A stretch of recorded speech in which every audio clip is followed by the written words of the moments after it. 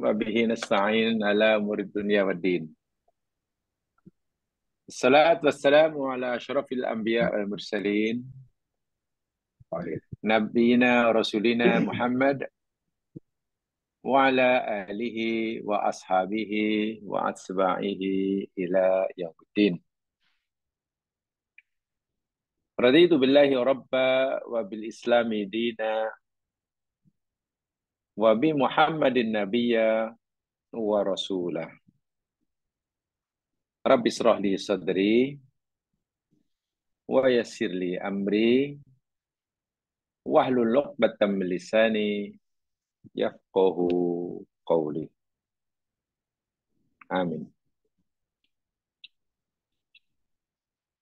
Jemaah yang dirahmati Allah sekalian, insya Allah kita akan teruskan siri kajian kita dengan tajuk keutamaan atau kelebihan ibadah puasa atas ibadah-ibadah yang lain. Tentu kita tidak bermaksud bahwa puasa itu ibadah yang paling utama, bukan begitu. Kita tidak bermaksud bahwa puasa itu ibadah yang paling utama, bukan. Tajuk kita itu kelebihan ibadah puasa atas ibadah yang lain. Karena sholat pun punya kelebihan dibandingkan ibadah yang lain, gitu. Dan tajuk ini saya pilih berdasarkan sabda Nabi yang telah kita pelajari minggu lepas, yakni dalam hadis Bukhari atau hadis Ibnu Majah, di mana Nabi bersabda, Allah Subhanahu wa taala berfirman, tiap amalan anak Adam itu baginya kecuali puasa. Karena sebenarnya puasa itu milik aku, kata Allah. Milik aku. Dan aku sendiri yang akan memberikan balasannya. Maknanya, dari sekian banyak ibadah yang Allah perintahkan kepada kita, untuk kita melakukannya, ini ibadah ritual ya, ibadah puasa sahajalah yang Allah klaim dia milikku. Solat walaupun dianggap sebagai rukun Islam yang kedua selepas syahadah, punya kedudukan yang sangat-sangat penting dalam agama kita. Tapi tak ada pun Allah berfirman, Nabi memberitahu bahwa Allah berfirman, solat itu bagi aku. Tak ada. Solat itu milik aku. Tak ada. Bahasa kita, bahasa mudah, ibadah yang Allah klaim sebagai miliknya itu puasa. Ini bermakna puasa tentu punya kelebihan-kelebihan, keistimewaan dibandingkan ibadah-ibadah yang lain. Yang insya Allah sehari dua lagi kita akan menjalaninya. Apakah keistimewaan dan kelebihan itu? Minggu lepas kita telah pelajari yang pertama. Berdasarkan hadis Nabi riwayat Imam Muslim, kita pelajari minggu lepas, nanti apabila manusia itu telah berjalan, telah melalui proses hisab, proses mizan di akhirat lah, pelbagai stesen-stesen telah dilaluinya dan lepas. Bahkan orang ini sudah dinyatakan lepas daripada neraka dan ia sedang pergi menuju surga. Antara neraka dan surga itu digambarkan kalau ini ada kontoroh, ada jambatan. Kita tidak perlu membayangkannya ya, karena ini alam akhirat. Tak perlu membayangkan macam mana rupanya. Kita hanya yakin saja. Neraka telah dilepasinya. Depan itu surga. Dia berada di satu jambatan. Di jambatan itu rupanya ada checkpoint yang terakhir. Di situlah akan ditegakkan hukum kisos. Peradilan mahkamah kisos. Kisos itu maknanya hukuman balas bela. Mana-mana kes seseorang insan yang belum selesai, dia selesai oleh Allah di dunia, di tempat itulah file kes itu dibuka semula. Berdasarkan hadis muflis yang kita pelajari minggu lepas, okey Muslim, ya, orang ini lepas neraka kerana ibadah ritualnya semua diterima, dapat pahala pula, tak ada masalah. Tapi rupa-rupanya, ia punya banyak masalah tentang hablum minan nas. Hablum minallahnya hebat. Tapi hablum minan nasnya rusak. Ini masalah. Ibadah ritualnya hebat. Tapi dimensi sosialnya teguk. Jadi ada orang menuntut bela. Ya Allah, ini dahulu orang buat ini pada aku, mencela aku, menghina aku, memaki aku. Dah.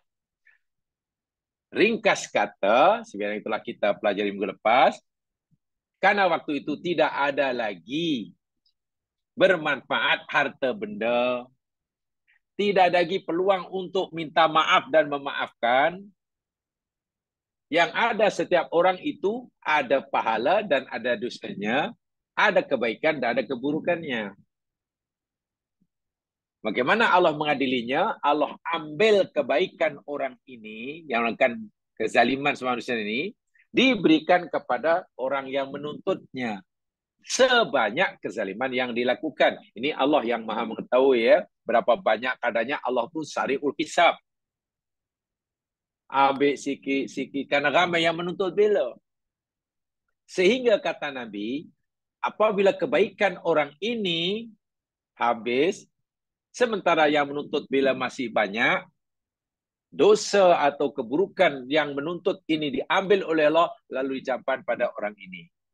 Jadi orang yang mula-mula sudah mulai berkira masuk surga, neraka pun dari lepasinya, terpaksa undur semula ke belakang, masuk neraka. Ini orang muflis. Nah, apa kaitan dengan puasa? Semua amal ibadah yang dilakukan orang itu di dunia dan diterima oleh Allah dan ada pahalanya, Allah boleh jadikan ia sebagai tebusan. Ya, boleh dijadikan sebagai tebusan untuk menebus kesalahannya. Satu saja amalan ibadah yang pahalanya Allah tidak akan jadikan tebusan bagi orang itu untuk menebus kesalahannya, yakni pahala puasa. Sehingga seakan-akan Allah berfirman, "Baik hambaku, semua pahala ibadahmu itu boleh jadi nanti akan kamu jadikan tebusan untuk menebus kesalahan kamu yang dahulu kamu belum selesai semasa dunia. Tapi pahala puasamu aku tidak akan jadikan tebusan. Karena pahala puasamu aku simpan." Ini kelebihan dia. Luar biasa puasa itu. Itu makna yang pertama. Itu bukti yang pertama, kenapa Allah mengklaim puasa itu milik aku. So, luar biasa. Luar biasa. Kemudian yang kedua, kita baca sekarang poin yang kedua. Lihat dalam nota. Poin yang kedua. Kerana puasa merupakan amalan batin atau hati yang hakikatnya tidak dapat diketahui kecuali oleh Allah Subhanahu wa taala sahaja dan orang yang melakukannya sendiri. Ini penting. Kenapa puasa begitu istimewa dan punya keistimewaan lebih daripada ibadah yang lain? Kerana puasa itu merupakan amalan batin, amalan hati, yang hakikatnya hanya diketahui oleh Allah sahaja dan orang yang melakukannya. Puasa merupakan ibadah yang berbentuk berupa niat di dalam hati.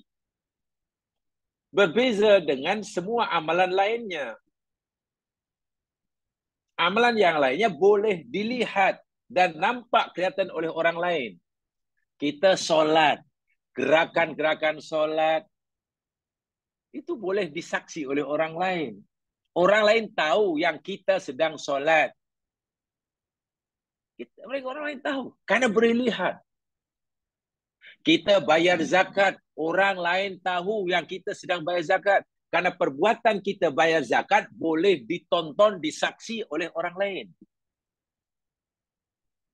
Kita baca Quran, boleh didengar oleh orang lain. Kita pergi haji, ramai orang yang tahu. Satu saya ibadah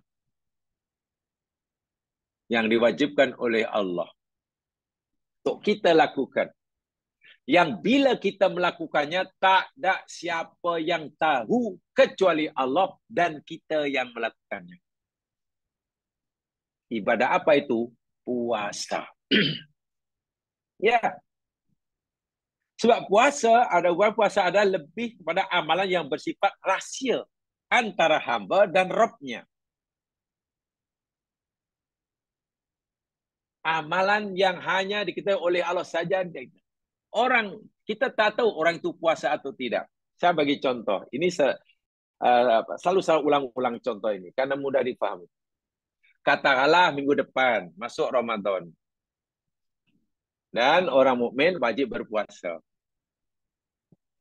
Katalah bila jamaah katalah jumpa saya, jumpa lah mungkin Jumaat depan ke. Kemudian saya tanya, Ji, hari ini saya puasa atau tidak ya? Coba teka hari ini saya puasa atau tidak. Mungkin jamaah akan jawab, puasalah. Puasa, yakin puasa. Tapi kalau saya tanya, apa alasan engkau, apa alasan awak yang kata, yang yakin, yang saya puasa? Apa buktinya? Susah kita nak tanya. Paling-paling alasannya, ialah takkan tak puasa. Itu paling-paling itu alasan kita. Takkanlah tak puasa. Takkan ustaz tak puasa. Itu bukan alasan. Itu bukan alasan. Tapi kalau solat, Haji, tadi awak apa saya tanya, Haji, saya tahu tak yang saya solat? Oh, saya tahu. Saya tahu. Tadi awak solat. So, saya nampak tadi. Apa dia nampak? Awak tahu tak saya bayar zakat? Tahu, tadi saya bayar, nampak. Puasa coba. Tak ada siapa orang tahu yang saya puasa. Kalau saya tanya pun paling-paling saya yakin awak puasa. Takkan tak puasa orang Muslim. Apalagi Ustazun. Orang panggil Ustazun. Takkan tak puasa. Itu bukan alasan. Orang susah nak membuktikan. Atau kalau kita kejar juga, apa alasan awak? Yakin siapa? Yalah, pasal awak nampak letih tu maknanya puasa lah tu. Dek, orang letih belum tentu puasa. Belum tentu. Awak nampak macam mengantuk, itu puasa. Belum tentu. Awak nampak bibir kering, pecah, itu puasa. Belum tentu. Belum tentu. Katakanlah, saya sahur, makan sahur. Dan sampai petang, tengah hari katalah, tiba-tiba saya minum seteguk air. Seteguk air. Saya sudah dikira tak puasa.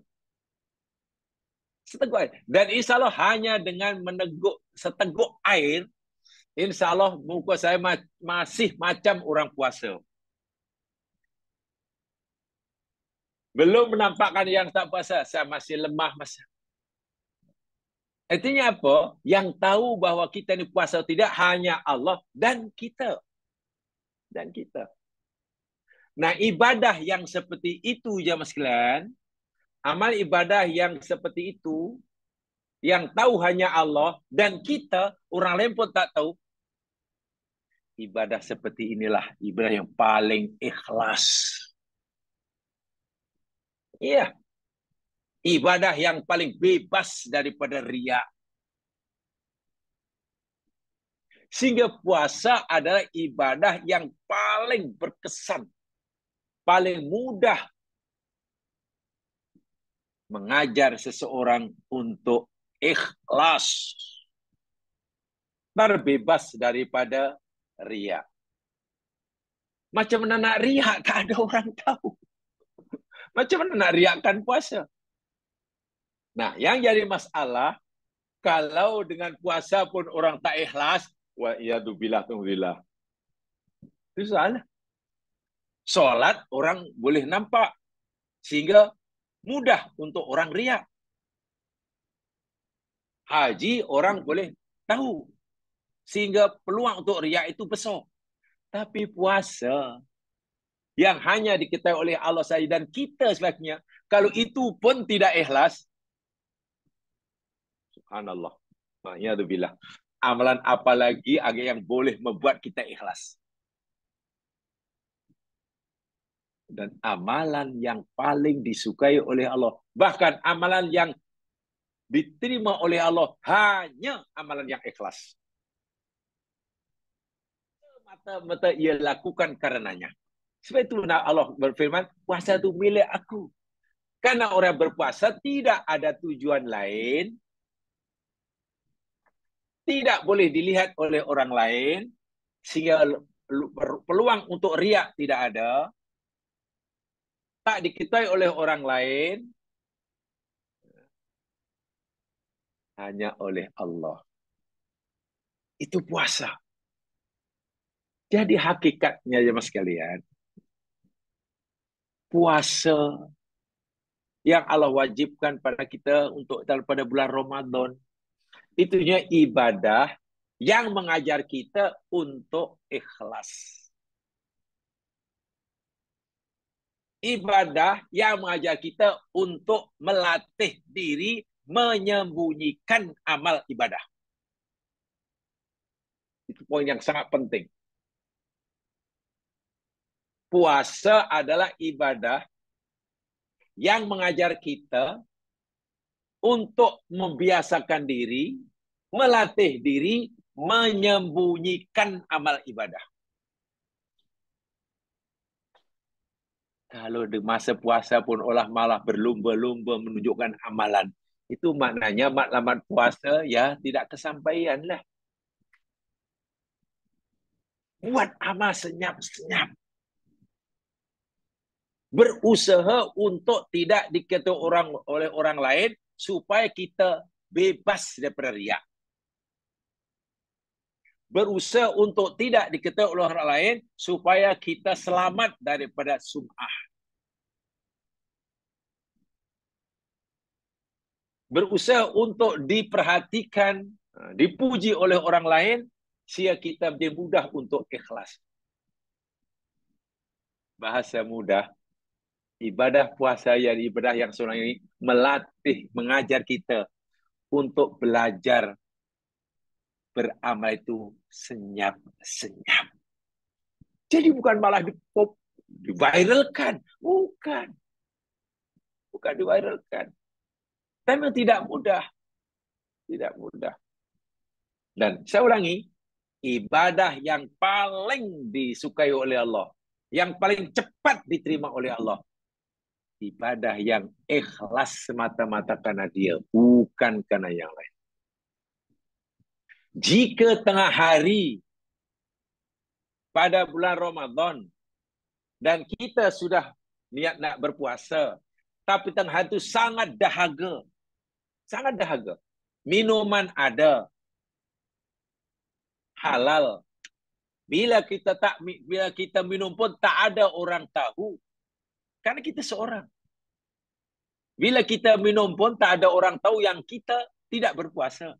Orang masih tetap yakin kita puasa. Pertanyaannya, kenapa kita tidak minum?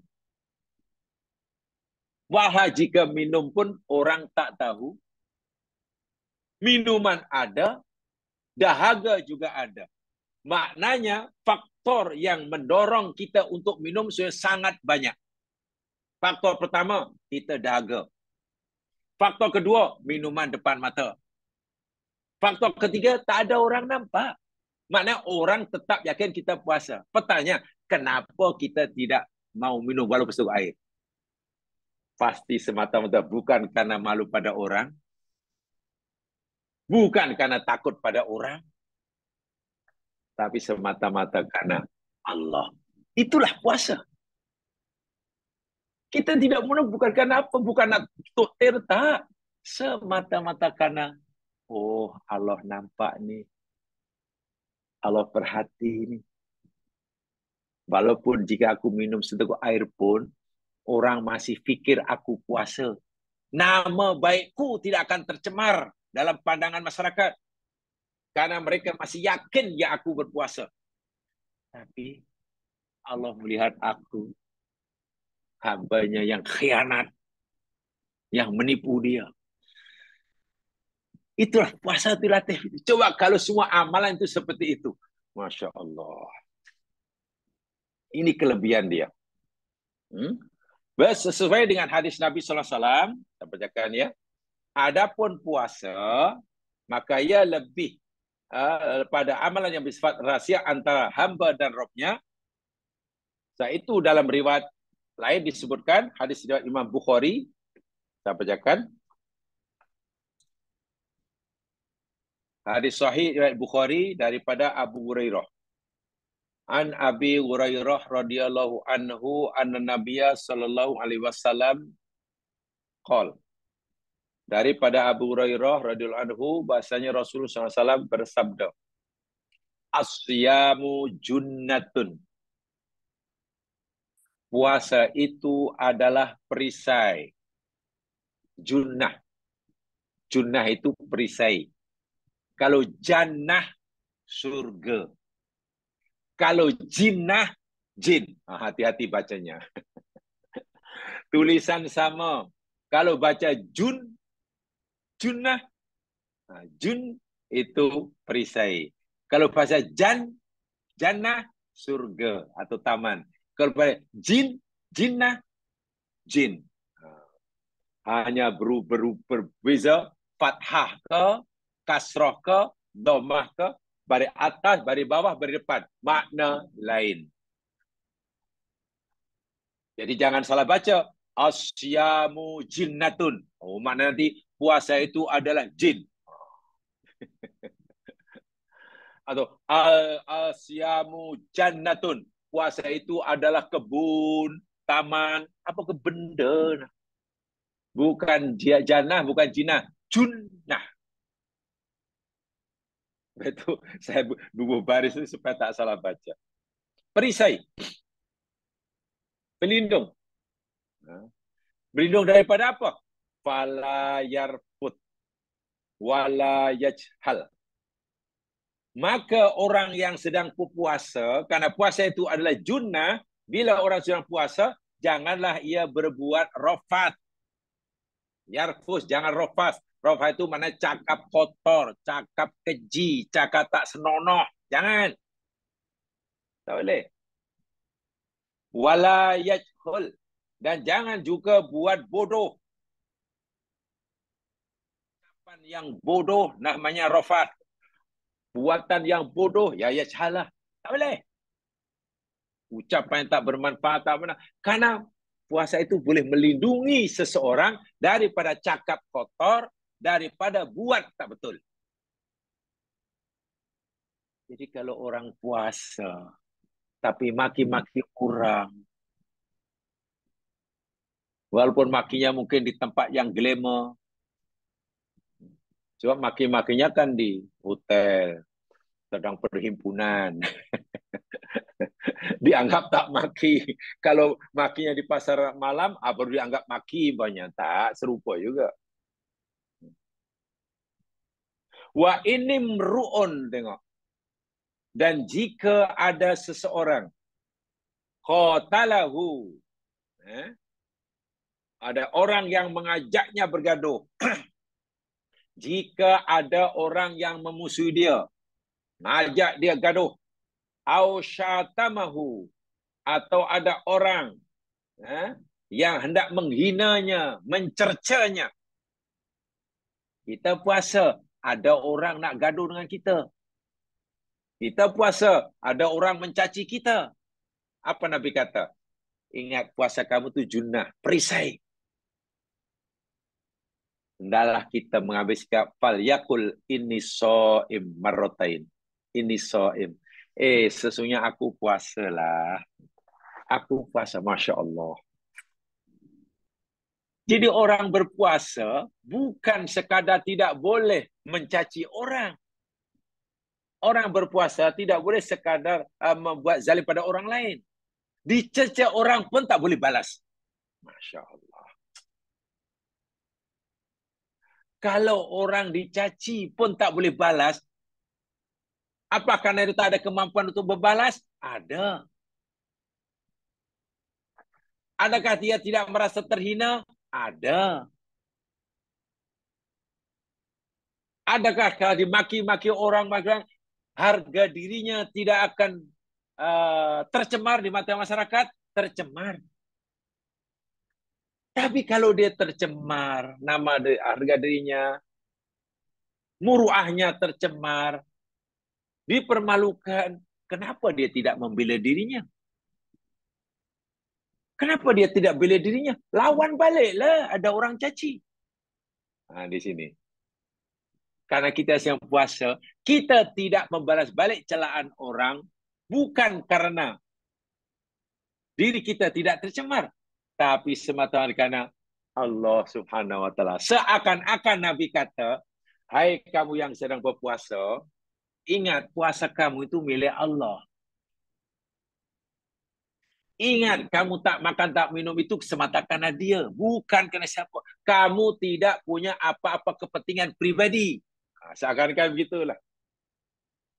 Kamu puasa ini tidak punya apa-apa kepentingan pribadi. Itu bila kamu dicaci orang, dimaki orang, sudah jangan balas dia. Kalaupun harga diri kamu tercemar, biar Allah sendiri yang akan membalasnya. Masya Allah. Itu orang puasa. Allah kata puasa itu milik aku. Hai hambaku, nama kamu dicemarkan oleh orang. Ya, ya Allah. Jangan khawatir. Aku sih akan balasnya. Elok kamu diam. Dan diamnya kita ini bukan karena kita tak mampu nak melawan. Tapi diamnya kita karena disuruh oleh Allah yang kita berpuasa karenanya. Jadi kita tidak punya apa-apa kepentingan. Hatta jika Allah melalui nabinya menyuruh kita diam ketika dicaci orang, kita pun patuh. Tengok. Maknanya kita sudah tidak punya apa-apa kepentingan diri. Haddun nafsi kita sudah kurbankan. Semata-mata karena dia. Luar biasa. Puasa yang situ luar biasa aja Mas Kilan. Luar biasa. Jadi orang yang berpuasa karena ia tidak punya apa-apa kepentingan diri, tak ingin dapat itu, dapat ini, ya sudah, tidak memperhatikan semua itu. Tidak ikan semua itu. Kita disuruh, ini so'im. Kawan itu terus mencelah, ini so'im, saya puasa lah. Tapi jangan ini ya, jangan hilang. Ini so'im itu kena kita pegangi sepanjang masa ya. Jangan kata, tak apalah, saya sedang puasa. Janganlah cakap telok pada saya. Jangan buat saya marah, saya sedang puasa. Tapi, kalau awak nak sangat gaduh dengan saya, tunggu nanti lepas buka ya. Tak boleh. Tak betul. Tak buka. Kawan tu, masa itu saya dah tak puasa nanti. Lepas tarawih ya, kita lalu nak gaduh.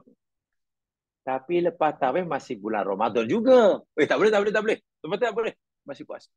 Tapi kalau nak sangat gaduh, tunggu 1 Syawal. Bukan begitu. Masya Allah. Dicerca orang, dino orang pun tidak melawan. Bayangkan. Karena tidak punya apa kepentingan diri. Semata-mata Allah suruh diam, diamlah. Allahu Akbar. Coba mana ibadah yang seikhlas, yang mana ibadah yang mengajar kita sebesar itu untuk kita ikhlas. Jadi ibadah puasa ibadah paling berkesan untuk mengajar kita ikhlas. Gitu. Walladhi, ini berikutnya ya. Walladhi nafsi biadi. Nabi bersumpah. Demi Allah, zat yang jiwaku diriku berada pada gam tangannya. La khulufu fammis sha'im atyabu indallahi ta'ala min rihil misk. Sungguh perubahan mulut orang yang berpuasa lebih harum di sisi Allah daripada minyak kasturi, aroma kasturi. Biasanya di situ ada terjemahan la khuluf, lam itu sungguh. Khuluf itu perubahan. Fam itu mulut. Fam, mulut. F-A-M itu mana mulut. Famun, F-A-M itu mulut. As-Sha'im orang berpuasa. Jadi kalau tengok teks aslinya, tak adalah bahu. Tak adalah kalimat bahu. Nabi tak kata la khulufu rihi famil sha'im. Tak ada. Kalimat rih tak ada. Rih itu bau. Sungguh perubahan bau mulut orang puasa. Tak ada. Nabi hanya kata sungguh perubahan mulut orang berpuasa. Tapi bahasanya diterjemahkan dalam bahasa Melayu ditambah kalimat bau. Sehingga timbul masalah. Betul ke bau mulut orang puasa atas saya itu lebih harum? Nabi tak kata bau, Nabi kata perubahan mulut. Kalau diartikan, kalau diberi ditambah makna bau, nah nanti akhirnya yang dibijakkan bau lah. Bagaimana mungkin bau yang tak sedap dari mulut orang puasa itu lebih harum daripada kasturi menurut Allah? Adakah Allah suka bau busuk? Sedangkan dalam hadis yang lain, bila ada seorang makan bawang merah yang mengakibatkan mulutnya berbau, itu pun Nabi larang pergi masjid.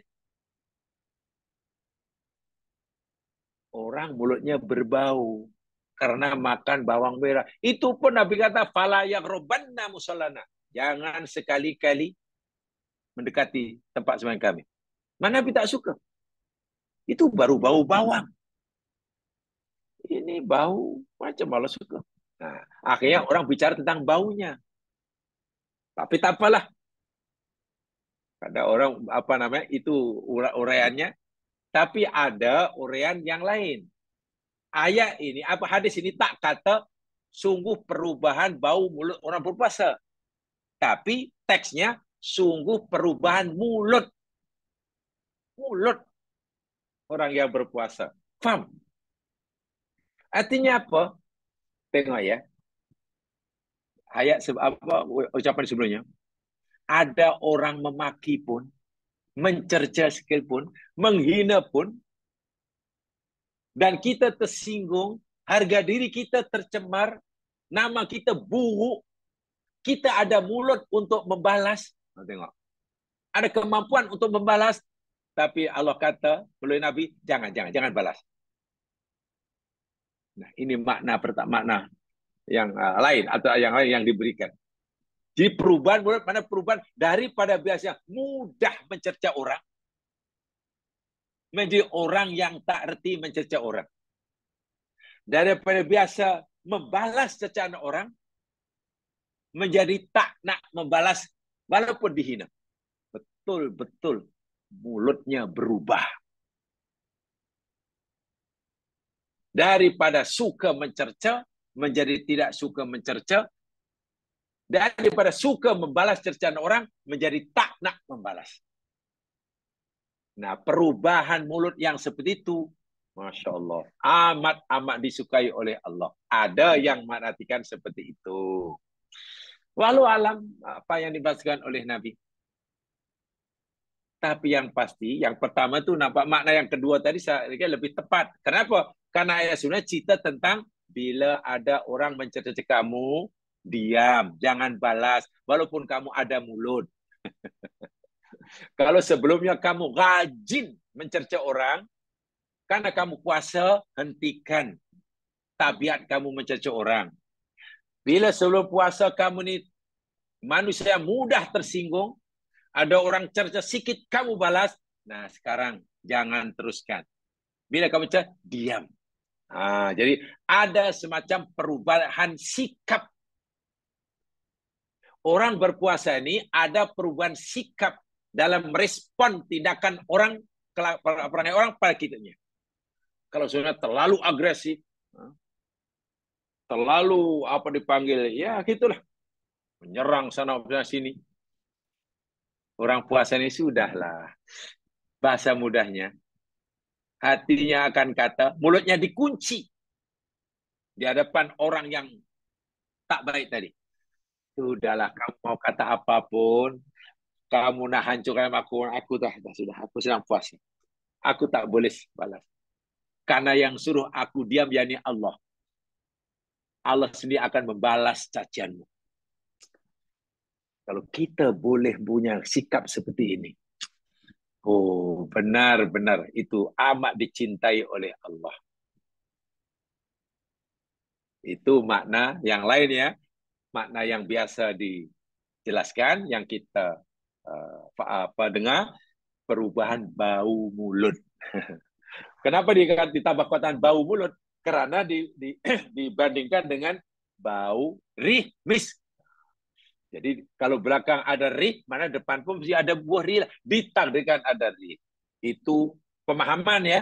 Itu pemahaman, bukan teks hadisnya. Teks hadisnya tak kata begitu. Kemudian tengok berikutnya. Kenapa puasa begitu istimewa? Yatruku ta'amahu. Dia meninggalkan makanannya. Tak makan lagi. Wasyarobahu.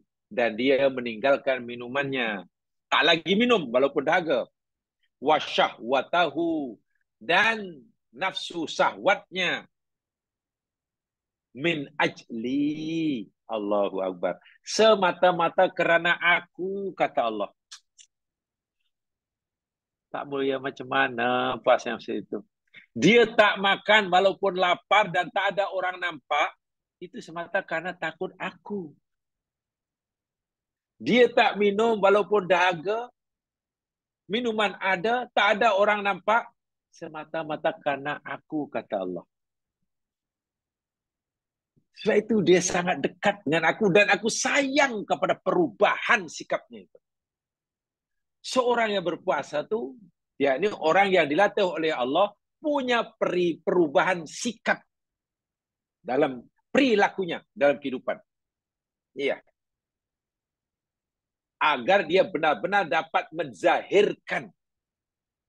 menzahirkan sifat ubudiyah, sifat kehambaan dirinya yang sebenar di hadapan Allah. Allah kata duduk, kita pun duduk. Walaupun kita mungkin ingin tetap berdiri. Allah suruh berdiri, kita tetap berdiri. Tak akan duduk. Walaupun mungkin kaki lenguh. Itulah ibaratnya.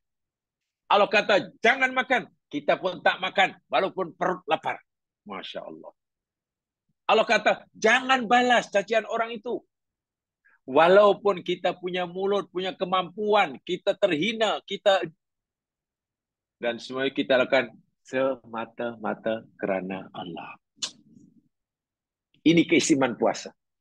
Sehingga puasa, saya ulangi, ibadah yang sebenarnya tidak mungkin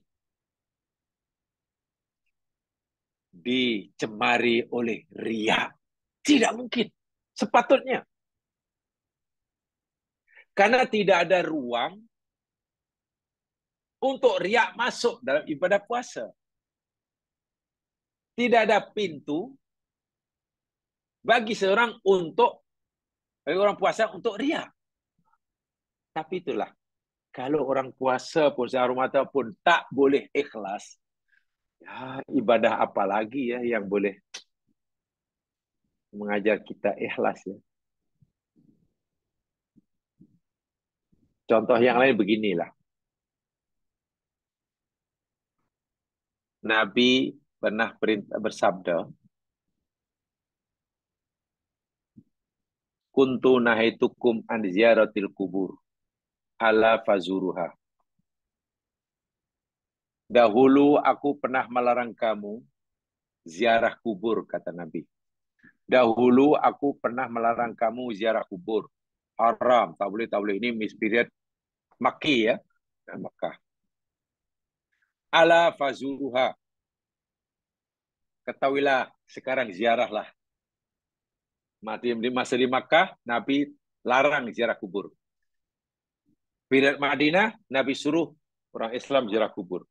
Zuruha, ziarah. Fa innaha tudzakkirul maut.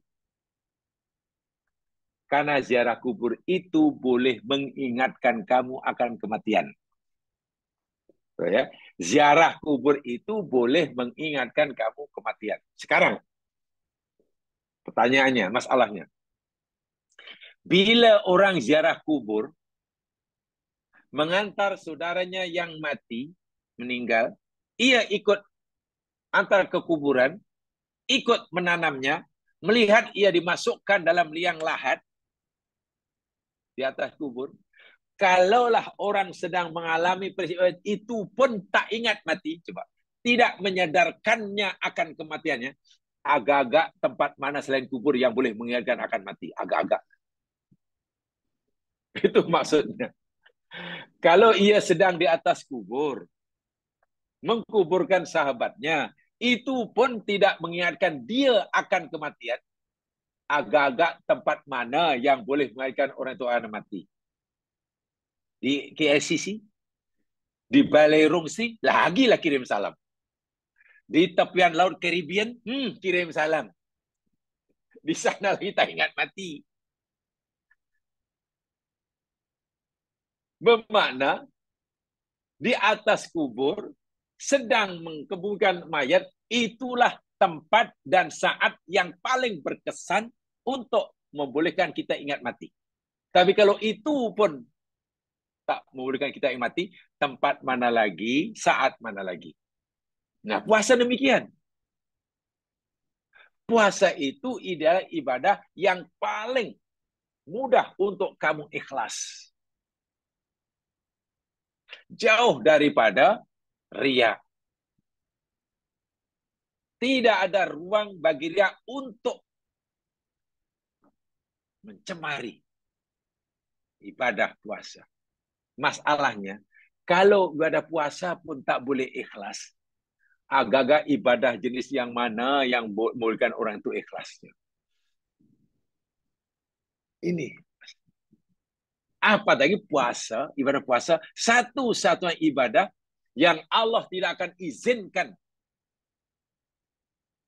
untuk dijadikan kafarah, penebus kesalahan dan dosa sesama manusia. Allahu Akbar. Dia buat itu, dia tak makan, dia tak minum, dia diam, dicaci maki semata-mata min ajli, kata Allah. Semata-mata karena aku, dia tidak punya apa-apa kepentingan sikit pun. Kalau dia punya kepentingan, ya pastilah dimaki orang lawan balik lah. Jika ia dahaga dan ada air, pasti minumlah kalau dia ada kepentingan. Tapi dia tidak punya. Dia lakukan semua itu semata-mata karena bagaimana puasa saat tadi mengajar kita, mendidik kita untuk kita dengan ikhlas menzahirkan kehambaan diri kita di hadapan Allah Subhanahu wa taala. Tanpa ada apa-apa kepentingan sikit pun. Melainkan semata-mata kerana Allah Subhanahu wa taala. Dan itu kemuncak ibadah itu. Itu kalau dipraktikkan dalam kehidupan luar biasa tu jamaah sekalian. Nabi Ibrahim ketika disuruh oleh Allah untuk menyembelih anaknya Ismail, anak satu-satunya, dan Ibrahim lakukan laksanakan. Coba apa kepentingan yang Ibrahim dapat? Apa keuntungan? Tak ada. Tak apalah, aku nak sembelih anak aku lah. Biar orang puji aku, yang aku ni orang hebat. Mana? Takkan nak sembelih anak sendiri. Tujuannya supaya orang beri gelaran pahlawan. Pahlawan apa? Mungkin umat Nabi Ibrahim waktu itu tuduh Nabi Ibrahim sudah menjadi orang yang dah tak betul. Orang dah hilang akal agamanya. Mungkin umatnya yang asalnya percaya, mungkin meragui, ini Nabi apa nih? Anak sendiri disembelih ni apa punya cerita ni? Ajaran apa ni?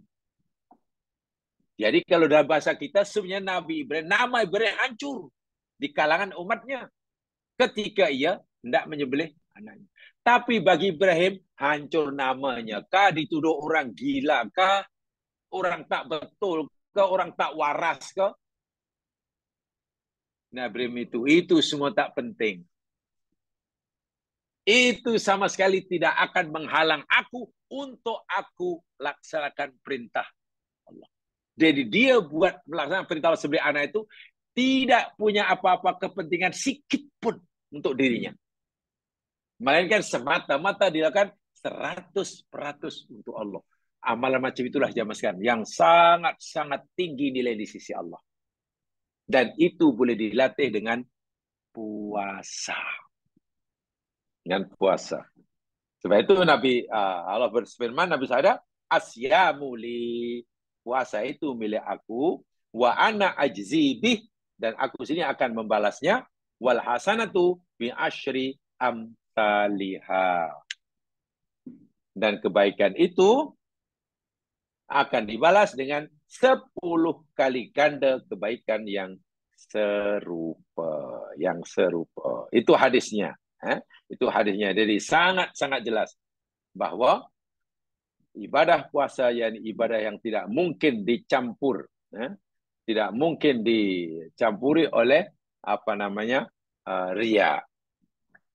Tentunya, saya sampaikan nota berikutnya itu, tentunya dan semestinya meninggalkan hawa nafsu, meninggalkan makan semata-mata kerana Allah, merupakan amalan batin, amalan hati, dan niat yang tersembunyi yang tidak diketahui kecuali oleh Allah. Masya Allah.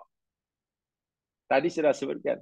Bila kita tidak minum tengah hari, walha kita dahaga, minuman pula ada depan mata, tak ada orang nampak, tentulah perbuatan kita minta minum itu pasti semata-mata karena Allah. Bukan karena kita tak dahaga. Kalau orang tak minum sebab tak dahaga, dia tak minum sebab apa? Oh, sebab tak dahaga. Itu masih ada kepentingan. Kenapa awak tak minum? Saya tak dahaga. Kenapa tak makan? Saya tak lapar. Kenapa awak tak makan, tak minum? Tu ada orang nampak, nanti takut. Nama saya buruk diviralkan. Karena orang tahu saya tak puasa. Itu ada kepentingan. Jadi kita tak makan, tak minum masih punya kepentingan diri. Tapi orang ini kata Allah, sama sekali itu tidak ada. Bahkan tadi di awal saya nyatakan, faktor yang mendorong ia untuk minum tengah hari sangat kuat. Banyak dan kuat. Pertama, dahaga. Kedua, minuman ada. Ketiga, tak ada orang nampak. Sepatutnya dengan faktor yang begitu kuat dan jelas itu, dia minum. Tapi dia tak melakukan. Dinafi semua itu. Semata-mata li ajli, kata Allah. Sehingga, betul lah poin yang kedua ini, puasa ini yakni puasa ibadah batin yang tidak mungkin dicampuri dengan riya. Ini berbeza dengan sedekah, solat, haji, dan amalan-amalan zahir yang lainnya. Berbeza tentunya, tentunya berbeza dengan amalan-amalan yang lainnya. Yakni amalan-amalan ini dapat dilihat oleh orang lain.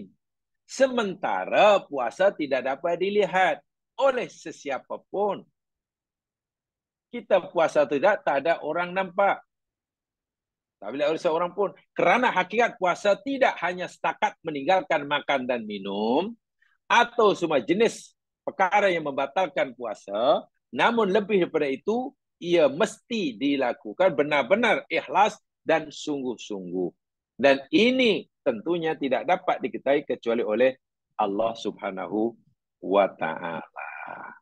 Jadi, kesimpulannya, poin yang kedua ini, bahwasanya kelebihan ibadah puasa itu, puasa yakni amalan yang tidak mungkin dinodai dengan riya. Tidak mungkin. Karena tidak ada ruang untuk kita riya, tidak ada ruang untuk kita tidak ikhlas. Untuk kita tidak ikhlas di mana? Macam nak tunjukkan puasa sebab puasa tak boleh lihat. Jadi sebenarnya jamaah sekalian ya, kalau kita beramal dan kita sudah terselamat daripada riya, itu sudah Masya Allah, itu kejayaan besar tu. Yang besar. Tapi iblis ini pandai. Iblis ini pandai.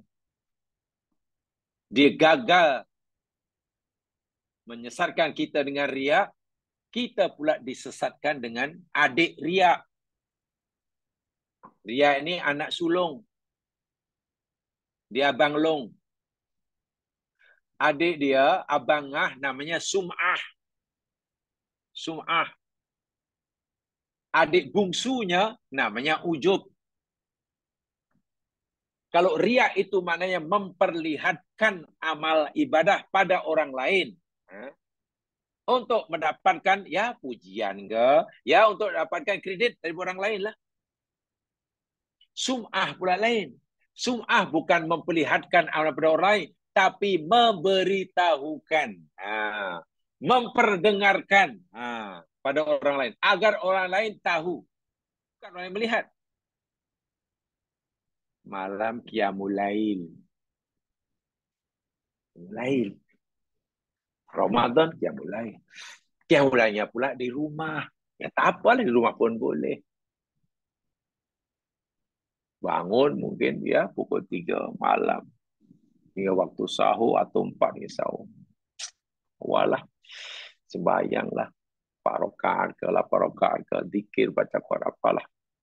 Lillahi ta'ala. Masa itu ikhlas. Kerana tidak riak. Kerana tak ada orang tahu. Alhamdulillah, lepas. Riak lepas. Tapi setan ni pandai. Tak apa, anak Adam.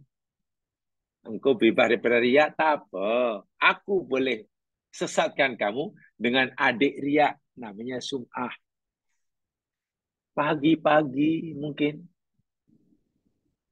Pagi-pagi. Puasa.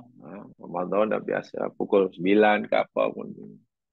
Borak, jumpa kawan. Assalamualaikum. Waalaikumsalam. Assalamualaikum. Apa khabar? Biasalah. Borak dengan kawan, 3 orang. Dah borak macam-macam. Akhirnya tak macam mana lah si anak Adam. Yang sebenarnya sudah bebas dari riak ni. Ada keinginan dalam hatinya nak memberitahu yang malam tadi dia Qiyamul Lail. Rasanya tak puas kalau kawan-kawan tak tahu yang malam tadi dia Qiyamul Lail. Tapi nak bagi tahu secara terus terang nampak sangat. Takkan nak beritahu, I nak beritahu malam tadi dia Qiyamul Lail. Nampak sangat. Tak tergamak. Dia cara halus. Cara macam mana? Ya mungkin pura-pura menguap ke. Untuklah mula pura-pura. Atau mungkin lebat juga ya malam tadi hujan. Tiba-tiba malam tadi lebat juga lah hujan. Yang kawan ni tak tahu yang malam tadi hujan. Karena tidur. Akhirnya kawan tadi bertanya. Karena memang tujuannya dia bagi tahu hujan itu supaya kawannya tanya. Macam mana abang tahu malam tadi hujan? Pukul berapa? Ya, dalam pukul 3:30 ke. Macam itulah. Pukul 3:30, pukul 4 macam tu hujan. Masa itu saya baru dapat 2 rakaat. Itu rupa-rupanya yang nak diberitahu. Yang dia nak beritahu tu punya malam tadi di pukul 4, maka saya baru dapat 2 rakaat Qiyamul Lail. Bukan nak bagi tahu tentang hujannya sebenarnya. Hujan itu hanya mukadimah saja. Itu hanya mukadimah, hanya trigger saja. Sudah. Oh, malam tadi. Oh, awak sudah mulai. Oh, wah, rajin awak ya. Lega rasa-rasanya. Yang beritahu tadi lega. Selepas kawannya tahu, yang malam tadi dia beribadah. Perbuatan itu namanya sum'ah. Jika riak itu memadamkan pahala, sum'ah pun menghapuskan pahala. Tengok. Dan itu karena dilakukan dia sedang bulan Ramadan. Lalu apa makna Ramadan puasa itu bagi aku? Puasa itu sebenarnya boleh menutup pintu riak, pintu sum'ah. Atau mungkin sum'ah dah lepas. Dia tak akan beritahulah. Tak tahulah orang tahu ke tak tahu itu. Tak penting. Yang penting Allah tak. Alhamdulillah. Riak lepas. Sum'ah pun lepas. Tapi setan pandai. Tak apa. Engkau bebas daripada riak. Tak apa. Engkau bebas daripada sum'ah. Tak apa. Aku boleh sesatkan kamu melalui adik bungsunya. Namanya ujub. Ujub tu kagum dengan diri sendiri. Bangga dengan diri sendiri. Macam mana caranya? Malam qiyamul lail hingga subuh, terus pergi masjid, surau ke apa ini. Semua cergas juga yang pergi surau tu. Cergas semuanya. Maklum kan lepas sahur semua cergas. Tengok yang lain cergas, dia sendiri yang nampak letih. Maklum mengantuk karena sudah 2-3 jam tidak tidur sebelumnya. Bangun awal. Dalam hati tengok tiba-tiba, tengok kanan kiri semua cergas, depan juga tiba-tiba dalam hatinya. Nampaknya orang surau ni malam tadi tak ada yang qiyamul lail ni, semua nampak cergas. Nampaknya aku seorang yang qiyamul lail macam ni. Kenapa orang tak gerak hati qiyamul lail? Apa takkan tidur je. Rupanya aku seorang di kawasan kita ni yang qiyamul lail. Bila dia hatinya terbetik situ, itu namanya ujub. Allahu akbar walillahil hamd. Jadi bukan main-main, memang tanggung jawabnya sangat berat. Bila Allah kata puasa itu milik aku, untuk kita dapat menjaga bahawa puasa itu betul-betul hanya milik Allah, itu tidak mudah. Sangat berat memang. Perlu perjuangan. Karena kita mesti mengorbankan kepentingan diri. Itu yang pasti. Yang pasti kita mengorbankan kepentingan diri kita. Karena kita sudah tidak punya apa-apa kepentingan. Baik, itu poin yang kedua. Sekarang apa poin yang ketiga? Tentang keutamaan puasa. Bahawa puasa ini mempunyai keutamaan yang lebih daripada yang lain.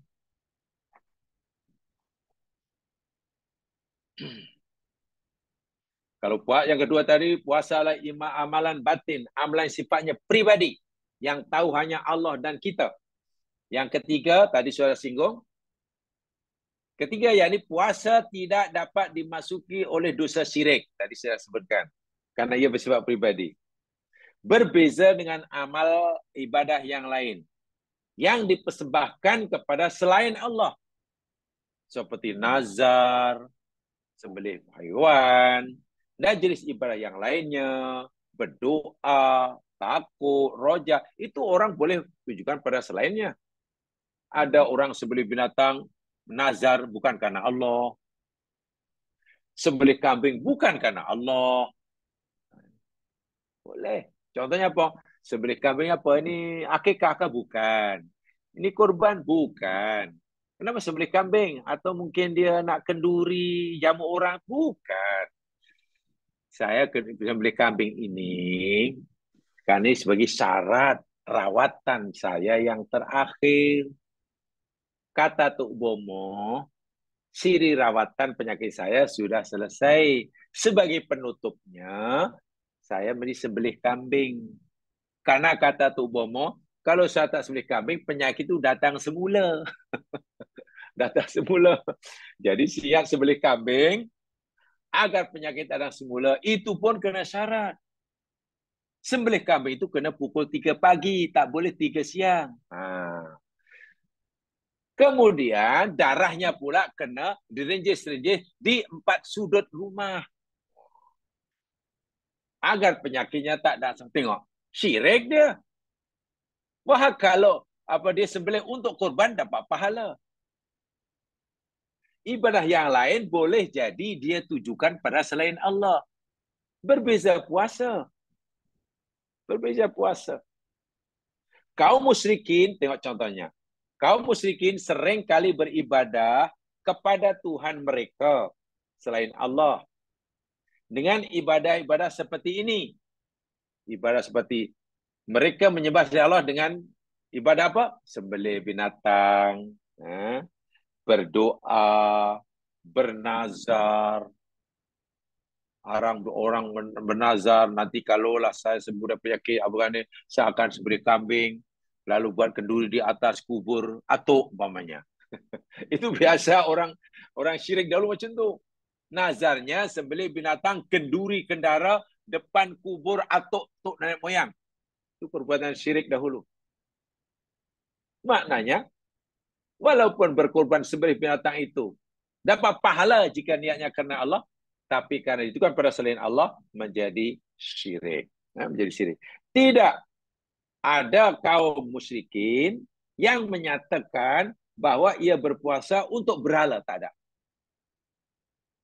Orang musyrik dahulu kala, pada zaman Nabi, tidak ada yang berpuasa niatnya untuk berhala. Tak ada. Atau Tuhan-Tuhan mereka selain Allah. Sebab puasa itu merupakan ibadah khusus hanya untuk Allah Subhanahu wa ta'ala. Ini kelebihan dia. Baik. Saya bacakan uraian daripada ulama-ulama sebelum saya sambung. Saya habiskan dalam nota ini. Pertama, apa kata Imam Al-Qurtubi? Baik, saya bacakan apa kata Imam Qurtubi. Seorang ahli tafsir. Berdarah Spanyol. Espanyol. Spain. Namanya, gelarannya dikaitkan dengan tempat tinggalnya. Cordoba.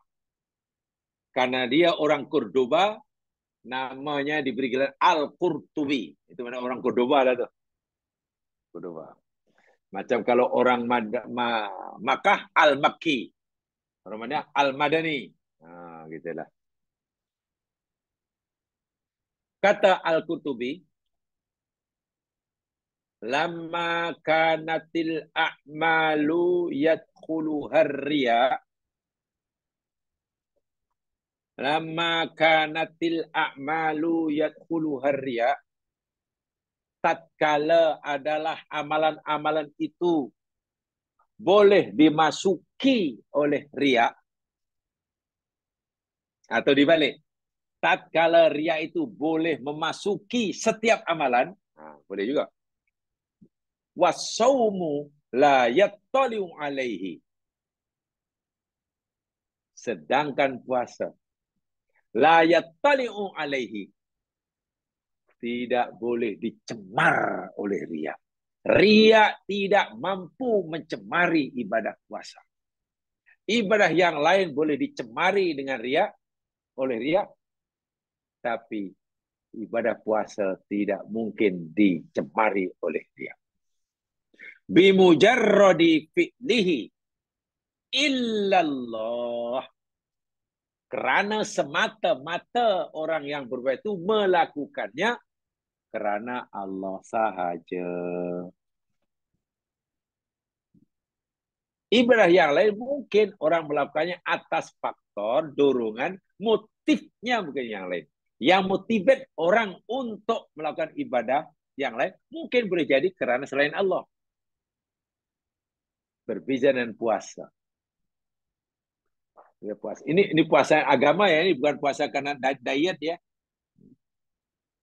Kalau lain lah, kalau kenapa kita makan? Diet tak apa, itu bukan puasa. Saya itu minta maaf jam sekalian. Kalau kita dah berpuasa, tak kira puasa sunat, Lebih-lebih lagi puasa fardu, jangan ada niat lain kecuali semata-mata karena Allah. Bahasa saya, akibat logis, kesan logik daripada puasa, yakni orang itu bila tak makan atau korang makan, berat badannya akan turun, itu tak perlu diniatkan. Kan itu kesan logik. Tak apalah saya puasa ni, ya kenal yang kedua niat saya nak turunkan berat badan. Turun berat badan tak perlu diniatkan. Itu dah menjadi akibat logik. Itu menurut sunatullah. Bila orang kurang makan, ya pastilah turun berat badannya. Kalau orang tak makan, pasti lapar. Takkan saya tak makan, niat saya supaya lapar. Macam mana tu? Kenapa awak tak makan? Ya, saya tak makan ni, saya ada niat. Niat saya supaya lapar. Apa ke benda lah. Itu hukum sunatullah. Sunatullah.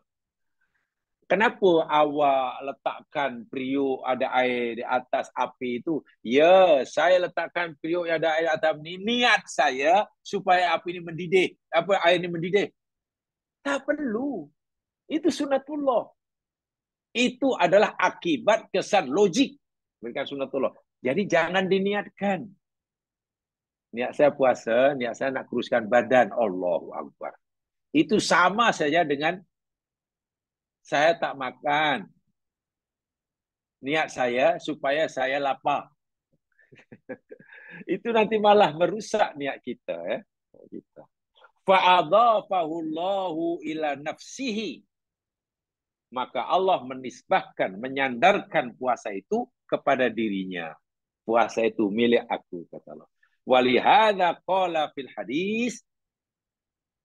Oleh sebab itulah Allah berfirman dalam hadis Nabi. Nabi bersabda, Allah berfirman, yada'u syahwatahu min ajli. Yada'u, dia hambaku meninggalkan syahwatahu, keinginan nafsunya, nafsu makan, nafsu itu, nafsu ini, min ajli, semata-mata kerana aku. Masya Allah. Itu kata Imam Al-Qurtubi. Ketika mana amalan-amalan yang lain boleh dicemari, dimasuki dengan riak, puasa satu ibadah yang tidak mungkin dimasuki riak. Kerana orang puasa melakukan semata-mata kerana Allah dan tidak ada kepentingan apa-apa. Sebab itu Allah nisbahkan puasa itu pada dirinya. Allah klaim puasa itu milik aku. Sebagai firman-Nya dalam hadis Nabi, hambaku meninggalkan mengikuti tuntutan nafsunya semata-mata karena aku. Jemaah sekalian, soalnya memang tidak mudah ya. Beramal semata-mata kerana dicari ridha Allah. Sia kepentingan diri pun dikurbankan jika bercanggah dengan perintah Allah. Itu tidak mudah dalam hidup di dunia. Tapi itulah yang disuruh oleh Allah. Yang disuruh oleh Allah. Bekerja, bila niatnya semata-mata kerana Allah. Macam mana bekerja kerana Allah? Allah suruh bekerja, Allah suruh kita berusaha mencari rezeki yang Allah tetapkan. Jadi kerja itu niatnya kerana Allah suruh. Bila niatnya sudah kerana Allah, maka cara kita berusaha mencari rezeki mesti ikut cara yang Allah tetapkan. Kena macam tu. Yang halal boleh, yang haram tak boleh. Itu yang kewajipan kita. Adapun nanti berjaya atau tidak, yang kita harapkan itu kita dapat atau tidak, itu bukan urusan kita. Gitulah. Itu dah jadi urusan Allah. Seakan-akan Allah berfirman, wahai hambaku, aku telah tetapkan rezeki yang akan menjadi habuan kamu. Kita kena yakin itu.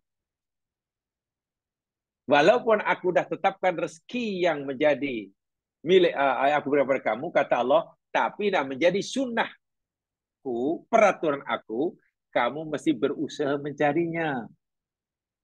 Itu seakan-akan Allah kata begitu.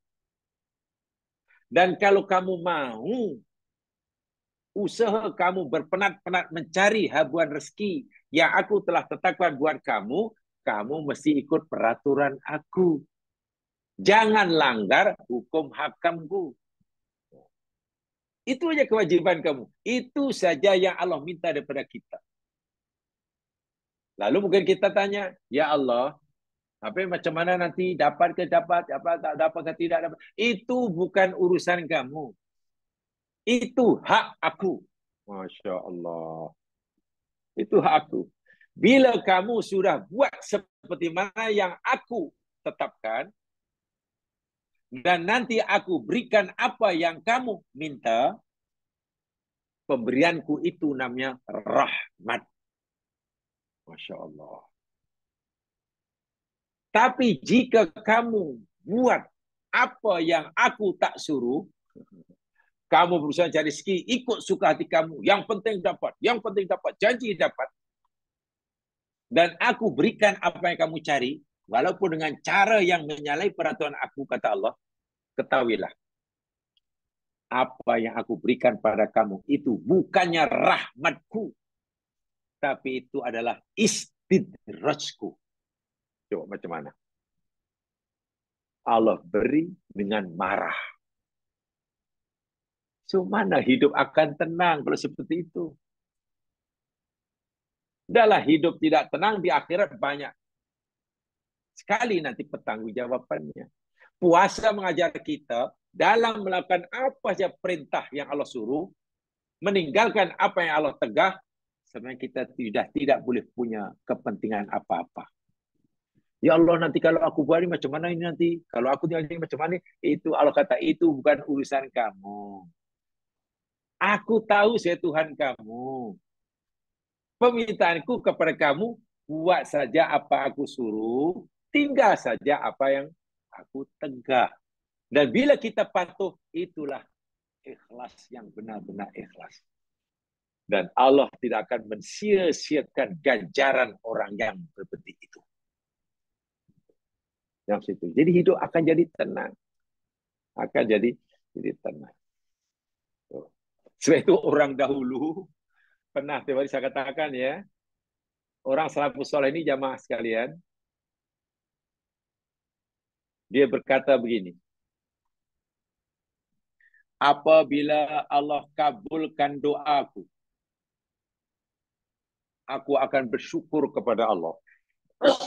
Aku akan puji Allah. Malam doanya dikabulkan. Tetapi ketika Allah tidak kabulkan doaku, aku akan puji Allah berganda-ganda. Aku akan syukur kepada Allah berganda-ganda. Pelik bunyinya. Bila doaku Allah kabulkan, aku akan puji Allah. Dan bila doaku Allah tak kabulkan, aku akan puji sebanyak-banyak pada Allah. Muridnya pelik. Tuan Syekh, kenapa Tuan Syekh kata begitu? Jika doa Tuan Syekh Allah kabulkan, Tuan Syekh puji Allah tu kami faham dah. Memang sepatutnya begitu. Tapi kenapa jika Allah tak kabulkan doa Tuan Syekh akan memuji Allah berganda-ganda, ni macam mana? Jawaban orang alim yang sudah sampai makom yang tinggi ini, ya. Bila doaku Allah kabulkan, maknanya apa yang aku dapat itu sesuai dengan kehendakku. Apa yang aku dapat sesuai dengan kemauan dan kehendakku. Seronok kita. Tapi jika doaku Allah tak kabulkan, apa yang menimpa diriku itu sesuai dengan kehendak dia. Masya Allah. Coba mana yang lebih baik?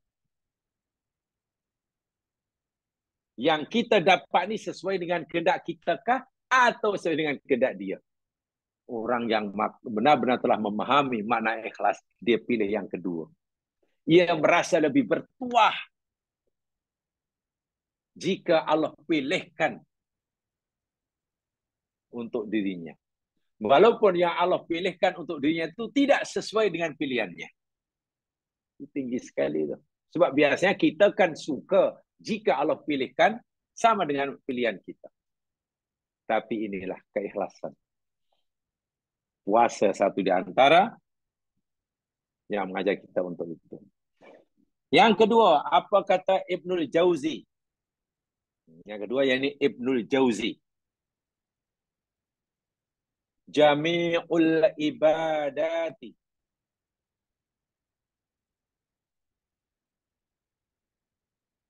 tazharu bifi'liha wa qalla ayat lima mayat haru min syaubin yakni qad yukhalituhu syai'un minar riya'i bi khilafis sawmi. Kata Ibnu Jauzi, jami'ul ibadati, semua jenis ibadah, tazharu bi fi'liha, akan nampak kelihatan ketika ia dilakukan, dikerjakannya. Solat nampak ketika dilakukan solat itu. Haji nampak, tolong orang nampak, semua nampak. Kerana perbuatan ibadah yang dilakukan itu nampak, boleh dilihat oleh orang, qalla ayasma mayat haru min syaubin. Sedikit, qalla itu sedikit. Seseorang selamat. Seseorang itu selamat daripada syaub. Syaub itu sebenarnya makna asal aja Mas kan. Syaubun itu makna asal pencemaran. Makna asal. Ya, semacam pollution lah. Air ada pencemaran, udara ada pencemaran, amalan ada pencemaran. Kalau yang boleh mencemari air itu katalah, ya mungkin kotoran ke, minyak ke. Yang boleh mencemari amal itu yakni riya. Ibnu Jauzi tak kata amalan yang boleh dilihat itu mesti riya, bukan. Ibnu Jauzi kata amalan yang bila kita lakukan ini boleh lihat orang, tidak mudah untuk ikhlas. Tidak mudah untuk mengelak riya. Dan sebab apa begitu? Kecuali puasa. Qad yukhalituhu syai'un riya. Ya berjawab dia. Bi khilafis shaum, kecuali puasa. Puasa adalah amalan satu-satunya yang paling memungkinkan seseorang yang melakukannya selamat daripada riya. Sama lebih kurang urainya. Yang ketiga, yang terakhir, Syekh Waidah Uthman. Ini ulama sekarang. Namanya Syekh Waidah Uthman. Dia itu siapa? Mudiru Idaratil Fatwa As-Safawiyah Bidaril Ifta Al-Misriyah. Beliau itu adalah mudir, pengarah. Pengarah. Ya. Pertubuhan atau organisasi fatwa di lembaga fatwa Mesir. Jadi pengarah bagi lembaga al-jamaah kuasa fatwa negeri Mesir. Waidah Uthman. Beliau berkata begini. Innahu asyam. Sesungguhnya ia adalah puasa. Ala ibadatul wahidah. Ibadah satu-satunya. Allati la yadkhuluhar riya'u. Yang tidak mungkin dicemari, dimasuki oleh riya. Musyiran ila ba'din nas. Ini berbeza dengan apa yang ditunjukkan. Sebagian manusia, man yatabaha, ada orang yang membanggakannya bisolati dengan solatnya. Ada orang boleh membanggakan dengan solat karena solat nampak. Wa bi ikhraji zakat, orang boleh membanggakan dengan banyak melakukan zakat, sedekah, infak, bantuan. Liyakul anhu karim, supaya orang beri gelar dia karim. Karim itu mana? Dermawan. Boleh jadi. Tapi tidak bermakna orang bersedekah itu riak ya. Tak, bukan begitu. Qurtubi, Ibnu Jauzi, Waidah Utsmani berkata bermaksud begini. Amalan-amalan yang boleh dilihat ketika kita melakukannya, menjaga untuk tidak riak itu susah. Gitulah. Bukan mesti riak. Menjaga untuk tidak riak itu susah. Menjaga untuk ikhlas itu tak mudah. Berbeza dengan amalan yang tak boleh dilihat orang. Kalau amalan itu tidak ada siapa yang melihatnya, menjaga untuk tidak riak itu mudah. Menjaga untuk ikhlas itu sangat mudah. Karena riak itu kaitannya kan melawan orang lain. Jadi ringkas kata, maksud semua ini, semua tadi, puasa hanyalah untukku dan akulah yang akan memberi ganjar padanya, kata Allah. Bahwa puasa itu tidak dimasuki oleh jenis syirik apapun, termasuk riya. Sebab tidak ada satu kemusyrikan yang menyatakan bahwa ia berpuasa untuk berhala. Tak ada. Tuhan yang lain tak ada. Inilah keistimewaan puasa. Kalau diuraikan panjang, bukan 3 poin saja. Tadi dinyatakan yang pertama puasa itu junah, menjadi pendinding. Junah, perisai. Sehingga sepatutnya orang yang berpuasa dengan puasanya dapat mendinding diri daripada perbuatan yang tak elok. Artinya puasa itu boleh membentuk kepribadian yang berbeza dari sebelumnya. Kalau sebelumnya banyak cakap, dengan puasa kurang cakap. Kalau sebelumnya jadi pemarah, dengan puasa jadi orang yang penyabar. Kalau sebelumnya dia orang yang pendendam, dengan puasa ia jadi orang pemaaf. Kalau sebenarnya dia jadi orang yang suka menghina orang, ia menjadi orang yang sangat-sangat menghormati orang. Bahkan bila hina pun dia tak akan jawab. Itu junah. Dan itu kita dilatih dengan puasa. Puasa adalah ibadah yang benar-benar untuk kita menzahirkan pengabdian kita pada Allah. Ibadah yang lain pun demikian juga. Contoh ya. Allah suruh kita makan. Dan makan itu halal. Apalagi makan itu halal. Apalagi lapar. Ketika Allah kita larang makan, makanan, walhal makan itu halal, kita pula sedang lapar, itu patuh, itu luar biasa susahnya. Seakan-akan Allah berkata begini, wahai hambaku, aku tahu engkau lapar, iya ya Allah. Dan aku tahu kamu ingin makan, benar ya Allah. Dan aku tahu depanmu itu ada makanan yang halal, iya ya Allah. Tapi hambaku, jangan makan sekarang. Aku bukan hanya larang kamu makan hingga bila-bila. Hanya masa tertentu. Sekarang jangan, nanti petang boleh.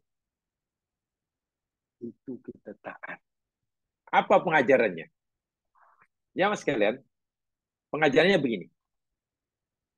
Kalau benda yang halal pun, ketika Allah larang kita makan, kita patuh, apatah lagi benda yang haram. Inilah maksudnya. Jika seseorang sudah patuh kepada larangan Allah, makan benda yang halal, mudah baginya tidak makan benda yang haram. Itu kalau orang dengan puasa, puasa itu meninggalkan makanan yang halal. Kalau meninggalkan yang halal pun dia mampu, kenapalah yang haram masih diambil? Nah, itu pelik puasanya. Benda yang halal Allah kata jangan, itu pun dia tinggalkan. Yang haram pula diambil. Menipu tetap jalan terus. Ambil hak orang jalan terus. Rasuah istiqomah. Tapi puasa. Cuma-cuma. Yang ditinggalkan benda yang halal. Kalau yang halal pun dia sanggup meninggalkannya karena patuh pada Allah, kenapa pula yang haram di ini pengajar yang Masya Allah kalau kita nilai yang Allah tanamkan dalam diri kita dengan ibadah puasa ini sangat tinggi. Sangat tinggi. Itu belum lagi jamaah sekalian, hadis yang telah kita pada tahun-tahun yang lalu, kelebihan puasa atau ibadah yang lain. Puasa satu-satunya ibadah ritual yang nanti di akhirat oleh Allah diberi izin untuk memberi syafaat kepada pelakunya. Asyam, puasa akan memohon keizinan pada Allah agar Allah izinkan dia memberi syafaat kepada pelakunya. Itu hadis yang dahulu kita pelajari. Inilah kelebihan keutamaan puasa melebihi daripada amalan ibadah yang lain yang insya Allah kita mohon kepada Allah agar Allah beri kita kemampuan menjalankan ibadah puasa bukan sekadar berjaya melaksanakan puasa sah dari segi ilmu fiqh, tapi benar-benar puasa hendaklah mampu mendidik, mencorakkan kepribadian kita menjadi pribadi mukmin yang lebih hebat, lebih mulia. Sebab kalau puasa itu hanya setakat tak makan, tak minum, ya Mas Kran, selama 14-15 jam, itu tak hebat sangat. Tak hebat sangat. Saya pernah cerita tahun-tahun yang dahulu. Kalaulah puasa itu hanya setakat kita tak makan, tak minum selama 15 atau 14 jam, itu adalah benda kecil. Iya, benda kecil. Dahulu pernah saya cerita. Ada kata tak makan, tak minum 6 bulan. Tahan dia lagi hebat. Jadi kalau orang membanggakan, merasa hebat karena berjaya tak makan, tak minum 15 jam, kata akan gelap. Awak baru 15 jam pun dah action. Aku pernah tak makan, tak minum 6 bulan. Katanya. Itu berlaku di Afrika. Ada dalam Discovery Channel. Ya. Bila kemarau panjang, kata ni bingung. Akhirnya gali lubang dalam-dalam.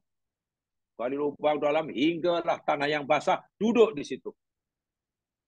Ya, karena di luar pasti mati kan. Duduk itu. Tak makan, tak minum karena tak ada makan, tak ada minuman dalam lubang itu. Hanya lubang itu basah lah.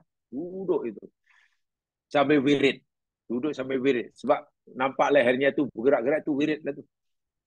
Seminggu, 2 minggu, sebulan, 2 bulan. Sampai 6 bulan. Dalam raca Discovery Channel tu. Atau National Geographic. Maksudnya. Dalam National Geographic. Selepas 6 bulan turun hujan. Hujan turun di luar. Menggenangi tanah. Termasuklah air hujan tadi masuk ke lubang katak tadi. Katak tahu bahwa di luar sudah ada air. Buktinya ada air masuk ke lubang. Dia pun keluar. Keluar barulah dapat minum selepas 6 bulan. 6 bulan hanya uzlah, khalwat, wirid aja. Wah, karena dia sudah tiba masa berbuka, kata itu memang joli lah. Joli itu kejar sana kejar sini. Satu malam nasib tak henti-henti. Itu mau dipanggil joli kata. Dia kata, sana pung pong joli. Wah, itu joli kata semua. Jadi kalau setakat tak makan, tak minum 14 hari, oh hebat. Macam mana? Okey, sama. Alhamdulillah, puasanya saya tak pernah tak apa. Macam itu bangga ke? Malu dengan kata. Malu dengan kata.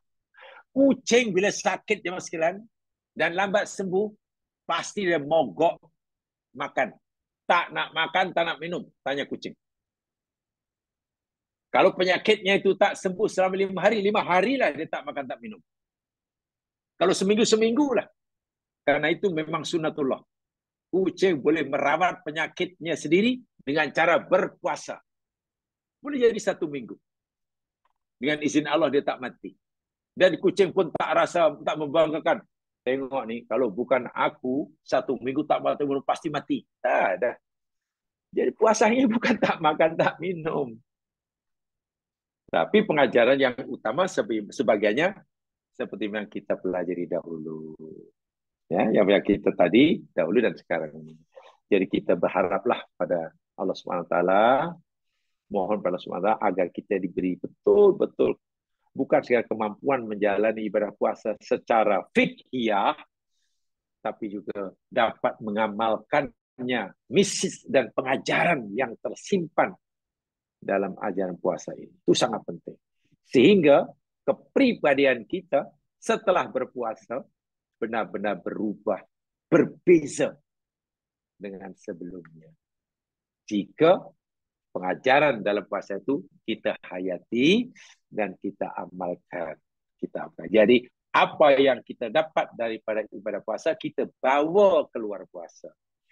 InsyaAllah kita akan jadi tadilah sunnah sebagai amalannya atau berada riya semata-mata karena Allah, ibadah yang dilakukan tanpa ada kepentingan diri. Wah, itu luar biasa tuh kalau dijadikan pegangan dalam kehidupan. Jadi itu saja nampaknya jam sekalian yang kita dapat pahami sama, kita kaji sama, bagian sedikit saja ini sebagai bekalan ya. Sengaja sampaikan ini sebagai bekalan kita untuk menghadapi ibadah Ramadan agar kualiti ibadah sebelum Ramadan sama ada siamnya, qiyamnya, qiraatul Qur'annya, sedekahnya diberi tersinggung amalan yang Nabi tingkatkan semasa Ramadan di samping puasa baca Quran. Di samping berbaca Quran, sedekah. Itu yang Nabi betul-betul tonjolkan tuh. Di samping itu qiyam, menghidupkan malam hari. Itu luar biasa. Nabi begitu ketara sekali peningkatan amal ibadah dalam ibadah yang saya sebutkan tadi. Baca Qur'annya, sedekahnya, qiyamnya, itu luar biasa. Meningkat sungguh pada bulan Ramadan. Mudah-mudahan memberikan manfaat bisa menyampaikan. Kurang lebihnya mudah maafkan. Jadi selama kita belajar sama 1 tahun ini, tentulah ada kesilapan. Dan pihak saya mohonlah dengan rendah hati agar semua itu dimaafkan. Dan insyaAllah bila ditakdirkan oleh Allah, diizin oleh Allah, kita akan berjumpa nanti bila sudah tiba masanya. Yang penting, mari benar-benar kita hadapi Ramadan dengan penuh kegembiraan, penuh keceriaan, dan merindukan keberkatan-keberkatan yang Allah limpahkan sepanjang bulan Ramadan, setiap saatnya, tak kira paginya, petangnya, siangnya, apalagi malamnya, dan seterusnya. Jadi, apa yang kita lakukan? Hatta saat itu hari itu baru kita pelajari ya. Bahkan ya, membersihkan rumah itu pun ibadah. Tapi niatnya karena Allah. Jadi ibadah juga jangan kita pahami semata-mata ibadah ritual semata-mata. Tidak. Semua amalan, semua ucapan yang Allah suka dan Allah ridha, sama ada yang zahir maupun yang batin, itulah ibadah. Jadi ibadah itu cakupannya sangat luas. Sangat luas. Sehingga tidak ada sesaat pun dalam hidup kita ini yang di situ tidak ada amal ibadah. Sepatutnya ada. Kalau tidak ada, mana kita abaikanlah. masa itu kita sia-siakanlah. Itu saja. Jadi saya ucapkanlah selamat menjalani ibadah Ramadan agar benar-benar kita dimasukkan oleh Allah sebagai golongan hambanya yang muttaqin sebagai matlamat akhir daripada ibadah Ramadan. Itu saja. Tuhan yang maafkan. Mari kita dengan bacaan tasbih kifarah dan surah Al-Asri. Subhanakallahumma wa bihamdika asyhadu an la ilaha illa anta astaghfiruka wa atubu ilaik. A'udzu billahi minasyaitonir rajim. Wal 'ashr. Innal insana lafi khusr illa alladziina aamanu wa 'amilus shalihaat wa tawassaw bil haqq wa tawassaw bis sabr. Assalamualaikum warahmatullahi wabarakatuh. Waalaikumsalam warahmatullahi wabarakatuh. Ya, saya ingin menyapa